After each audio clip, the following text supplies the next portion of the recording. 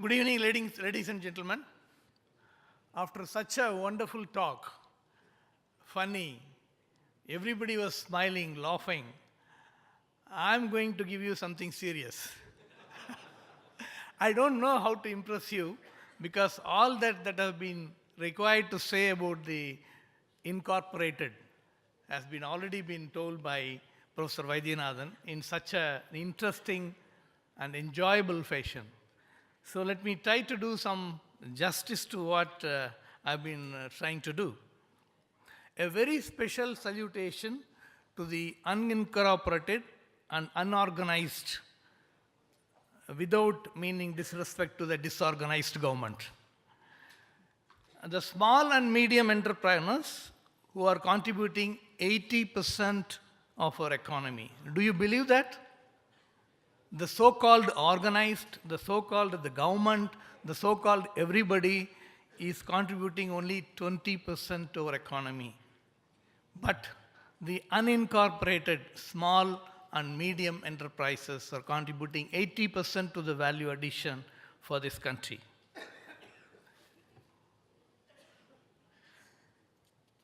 In 16 out of the 19 countries that we surveyed for this small presentation, more than 90% of the total businesses are SMEs.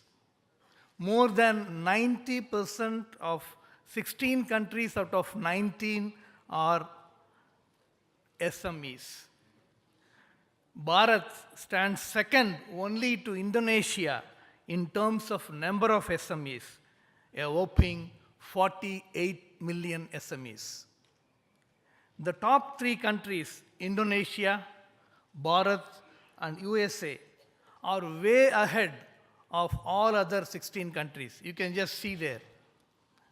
Only 4 countries are in double digits. China is just 11 million SMEs. India is 48 million SMEs. So let us give a big hand to the India unincorporated. Why we say that the future economic tigers will be USA, India, and Indonesia. I believe these three will even overtake Brazil and Russia. Why? The answer is in this slide. You can see Brazil is down the line. Russia is far down the line. In fact, Russia, Pakistan, and Bangladesh, these three are the laggards in SMEs. And that is why, my dear gentlemen, India will be the future economic tiger or the lion.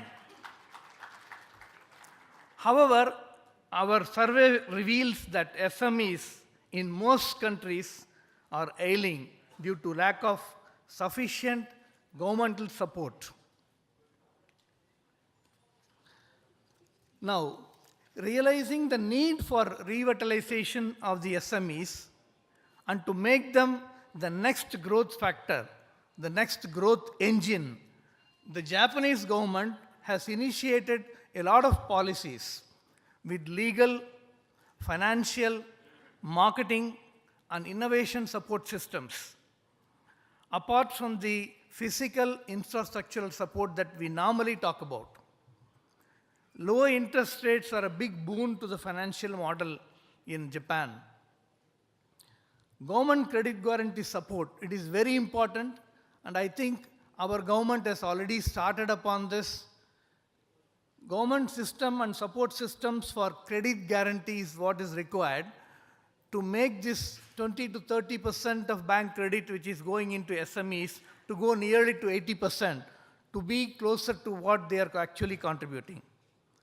Most Japanese corporates, they source components only from Japanese SMEs. A Japanese company, when they go to some other country, like everything, like in insurance, banking, services, everything again move from Japan to those countries. And that is why all the other SMEs also are able to supply goods and services to the Japanese corporates. That is a major Japanese model for survival and for expansion for SMEs. This drives them to expand globally as they follow the big brothers with their tents. Successful, innovative SME products are also marketed worldwide by large companies under their brand. In fact, Swami Vivekanand Ji, who is also from IIT, he told us when he met us in Bangkok last year that he thought the Yamaha musical instruments are actually manufactured by a large industry. But then he was surprised to find out that this instrument is actually made by an SME and just branded and marketed by Yamaha. That is the success of the Japanese SME. This is what, in fact, this small information by Swamiji has inspired me to do into this research because SME is actually not my subject. The growth model followed by the Japanese SMEs is what is called the two models they are following. One model is the BTD, that is the breadth on top of depth. That means an SME, they know what they know. They also don't know what they don't know. As he said, they are quite organized. So what they say, they don't go to other things like chabols in Korea. What they do is they concentrate on their strength, on their core strength. And then they spread the strength all over the world. A Japanese SME can be just making a rubber seal for a component for an automobile industry. But he concentrates on that and he spreads the industry throughout the world. That means the breadth, not the depth. That is why it is called the BTD model. Can you believe me that there are hundreds of family-managed SMEs in Japan which are over 1,400 years old? That means the promoting family traditionally passes on the business to the son and it carries on.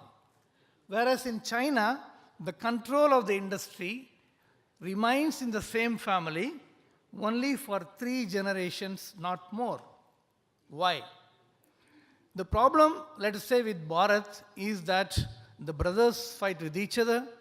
Father and son, they don't see eye to eye. So the SME families keep on splitting up. So it goes on, it never goes up to 1,400 years. It remains maximum for 2 generations in India, not even for the 3rd generations. This is something which we have to think about and see that unity is our strength. Families, as he said rightly, the women, the children, our families, our strengths. So let us keep together our families and pass on the business to our families. Only 11% of the SMEs in Japan are in manufacturing sector. That is something, it's a revelation. 20% are in retail, 18% on service industry, 15% in hospitality, and 12% in construction. So, the Japanese model is quite different when compared to the models that is followed in other countries. Can an SME become a global titan? Let us ask this question ourselves. Can an SME become a global titan? I would like to cite an example, a case study on Horiba, Japan. They are manufacturing high-tech instruments. So this particular company has followed the breadth and depth both. It is called BD, that is a model BD. So here they go both depth and also in breadth. So they followed this and then they expanded into 22 different countries with 42 companies. Today, they have 3,000 non-Japanese employees and 3 out of the 5 divisions are headed by non-Japanese. Horiba is specializing on emission testing instruments for 5 different industry segments. This company believes, I talked to the head of the Thailand Horiba, and he told me, I asked him what is the secret behind the success of your company globally.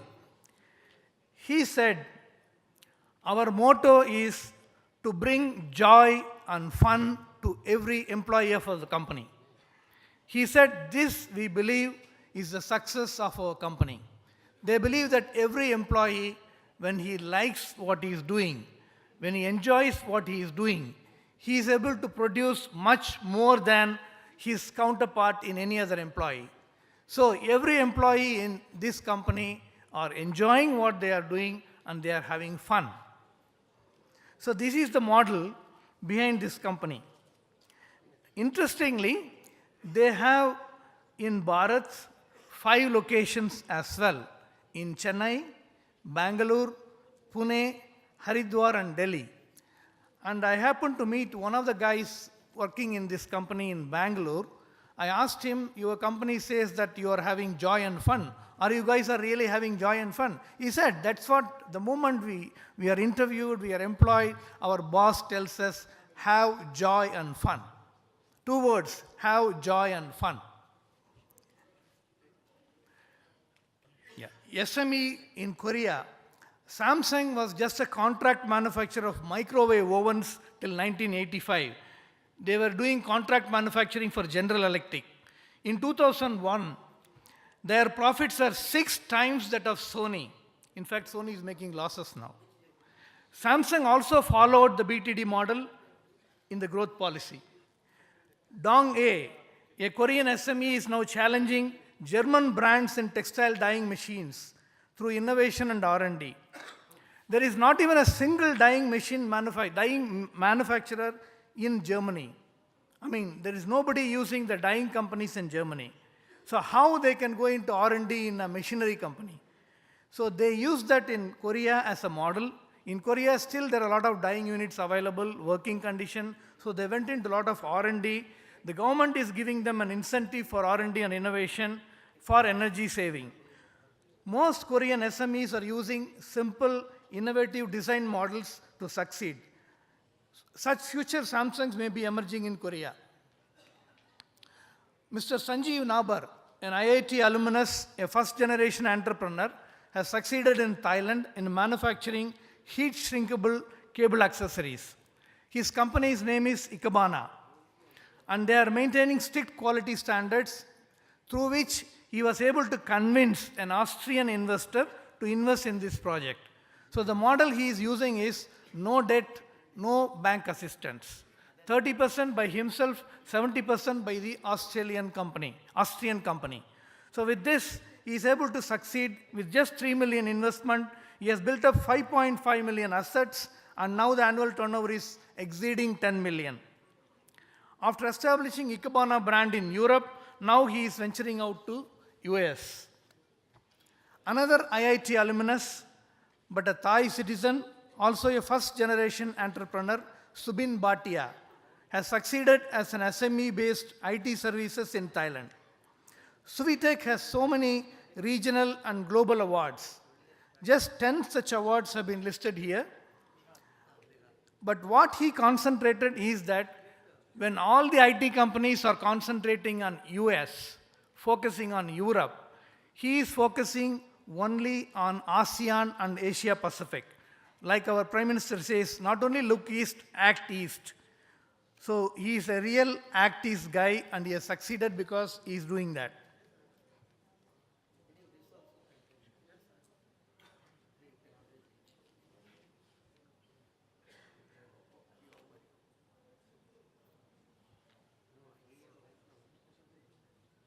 I think, can you change the next slide, please?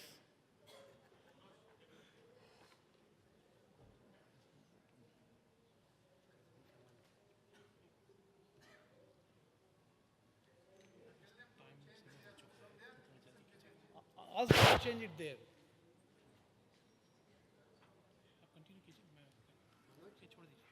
Ask them to change the slide there. Can you please change the slide from your computer, please?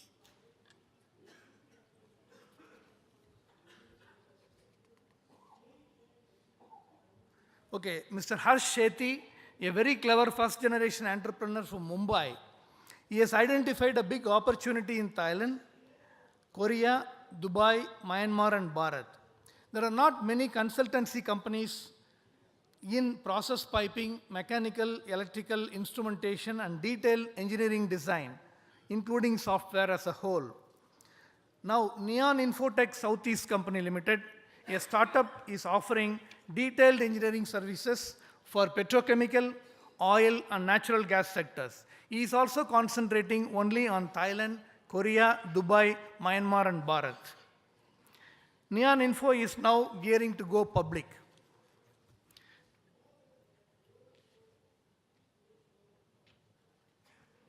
This is about Neon Info. Yeah, next slide, please. SMEs need not necessarily be in manufacturing. They could be in trading and IT sectors and even other sectors. Just for You Financial Services Private Limited is an SME startup in Dubai with branches all over Bharat. They are offering matchmaking services between business and finances.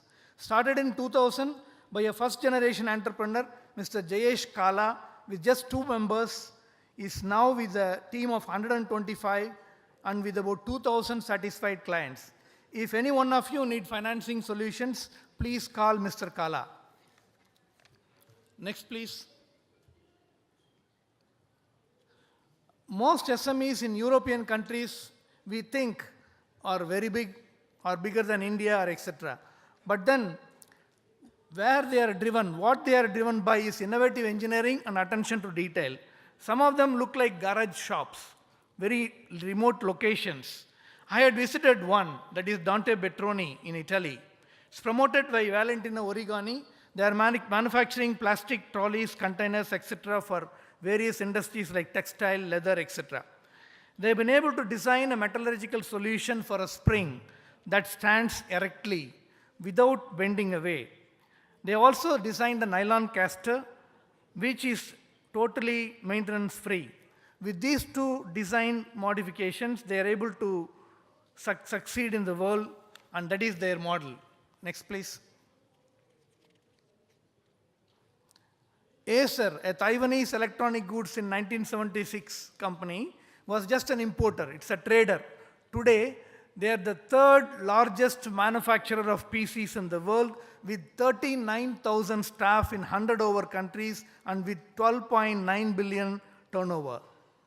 This is also because of the BTD growth model. Next, please. Long Bliss Fiber Recycling Machinery, Taiwan, driven by an in-depth subject knowledge and passion for driving, is today employing a unique design to having a parallel flow, which is repeated 7 times, called 7-pass design, which is very energy efficient. They're able to recycle the textile waste and produce yarn out of it. This unit is succeeded in a shop house, like a mom and pop shop, where the promoter is living upstairs, their drawing room is the admin office, and they are like cost-effective designs are their model for succeed. There are such Acers being incubated in Taiwan. Next. USA. USA is a country of immigrants. It is a home for private innovation and entrepreneurship.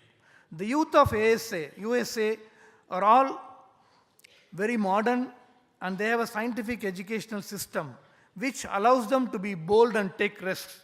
The basic culture without social taboos, also entrepreneurs to take risks, to treat failure as a stepping stone for success. They are not afraid of failure because there is no social taboo. US media also plays a major role in enabling interest-free venture capital to start up ideas. I would like to show you a video about Shark Tank. Can you put on the video, please? Click on the video.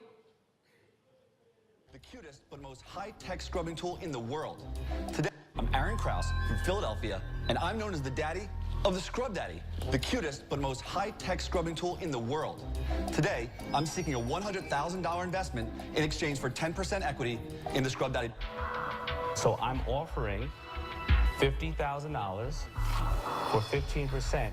My offer is $100,000 for 30%. Just to sweeten the pot a little bit, I'm going to give you $150,000 for 25%. I'm changing my offer, actually.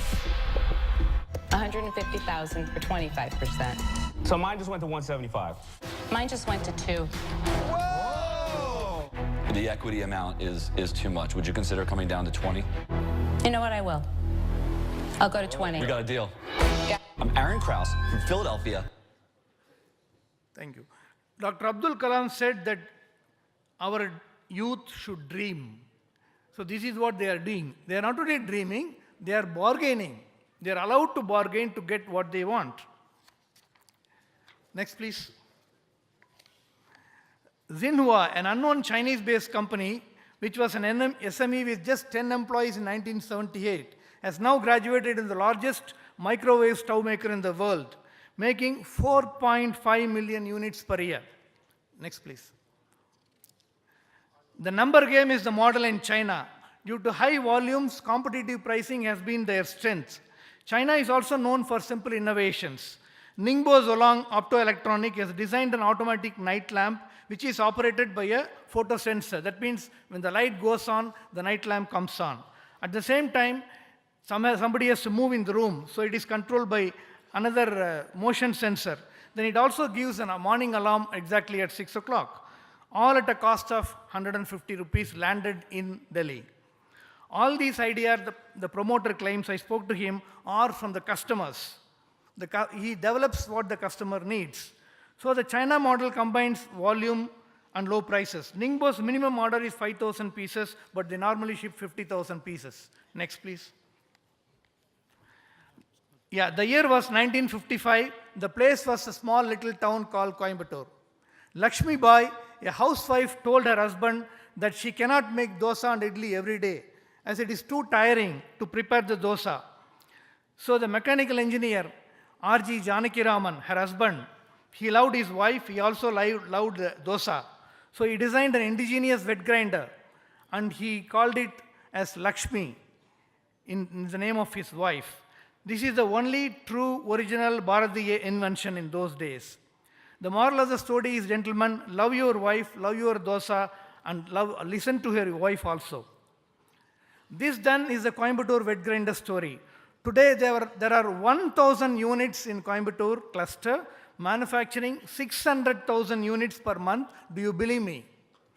Out of this, 90 lakh units are taken by the Tamil Nadu government for the free scheme for wet grinders to every family in Tamil Nadu.